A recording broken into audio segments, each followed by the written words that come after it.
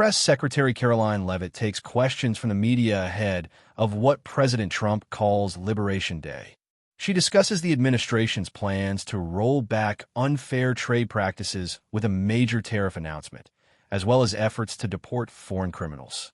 With big policy changes on the horizon, this briefing covers key topics shaping the nation's future.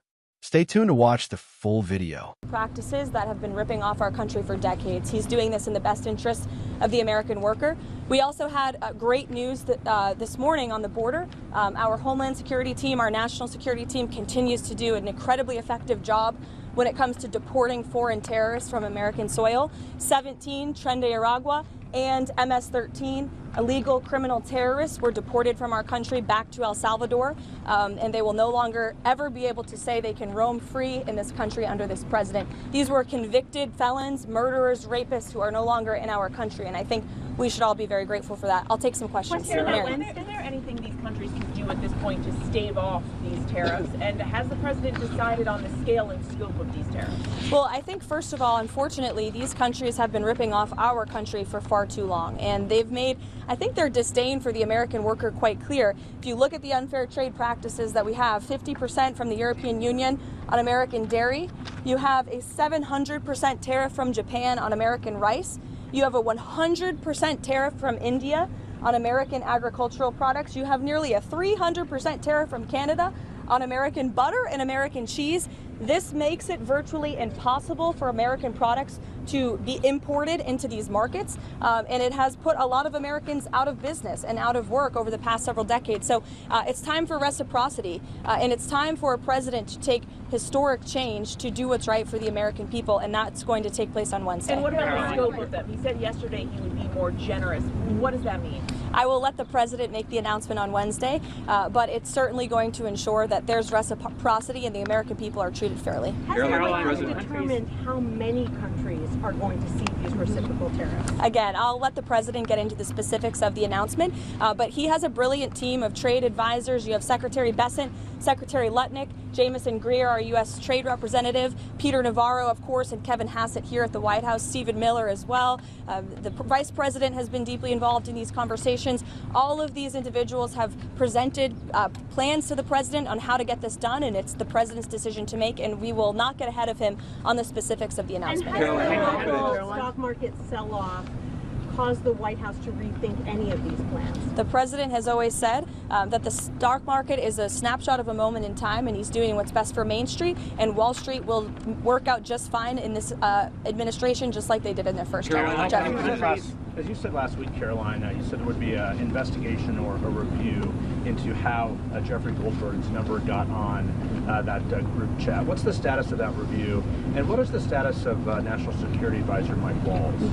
As the president has made it very clear, Mike Waltz continues to be an important part of his national security team, and this case has been closed here at the White House as far as we are concerned. There have been steps made to ensure that something like that can obviously never happen again, and we're moving forward. And the president and Mike Waltz and his entire national security team have been working together very well. If you look at how much safer the United States of America is because of the leadership of this team. On the tariffs, are there going to be sector-by-sector announcements this week at the event you're alluding to? Is it going to be focusing on sectors or more country-based tariffs?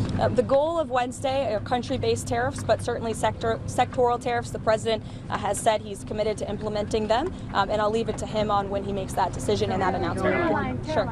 does President Trump still plan to talk to President Putin this week, and if so, when? I don't have a readout for you on that call, but as always, we'll provide a readout. Usually the president likes to let you guys know first, especially for big calls like that. Steve? Any exemptions for farmers being considered for these tariffs? No exemptions at this time. Caroline. The validation guide that DHS is using to determine who is an enemy alien, a Tren de Aragua member, and deportable under the Enemy Aliens Act, it has criteria here that require 8 points to be classified as a TDA member. You can get classified by simply having certain symbols in your tattoos and wearing certain streetwear brands. That alone is enough to get someone classified as TDA and sent to El Salvador. That's not true, actually, Andrew. According to this document, it is. No, according to the Department of Homeland Security and the agents, have you talked to the agents who have been putting their lives on the line to detain these foreign terrorists who have been terrorizing our communities? TDA is a vicious gang that has taken the lives of American women. And our agents on the front lines take deporting these people with the utmost seriousness, and there is a litany of criteria that they use to ensure that these individuals qualify as foreign terrorists and to ensure that they qualify for deportation. And the president made it incredibly clear to the American public that there would be a mass deportation campaign of not just foreign terrorists, but also illegal criminal aliens who have been wreaking havoc on American communities. And shame on you and shame on the mainstream media for trying to cover for these individuals who have. This is a vicious gang, Andrew. This is a vicious gang that has taken the lives of American women. The government filed in court, which says all. And you said yourself there are 8 criteria on that document. They need 8 points. And you are questioning the credibility of these agents who are putting their life on the line to protect your life and the life of everybody in this group and everybody across the country. And their credibility should be questioned. They finally have a president who is allowing them to do their jobs, and God bless them for doing it. Karoline, what method would the president use to potentially run for a 3rd term? As he said, there are methods there. Look, you guys continue to ask the president this question about a 3rd term, and then he answers honestly and candidly with a smile, and then everybody here melts down about his answer.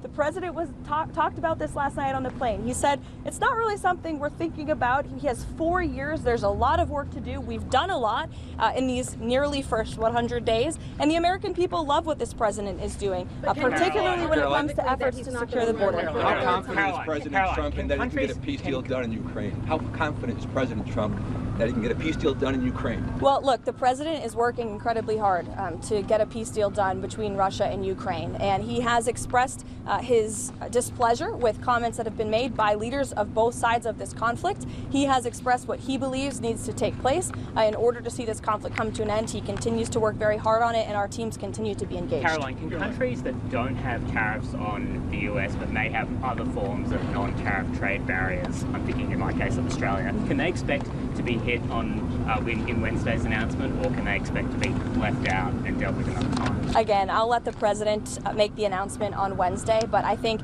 any country that has treated the American people unfairly should expect to receive a tariff in return on Wednesday. Karoline, you talk about the European Union.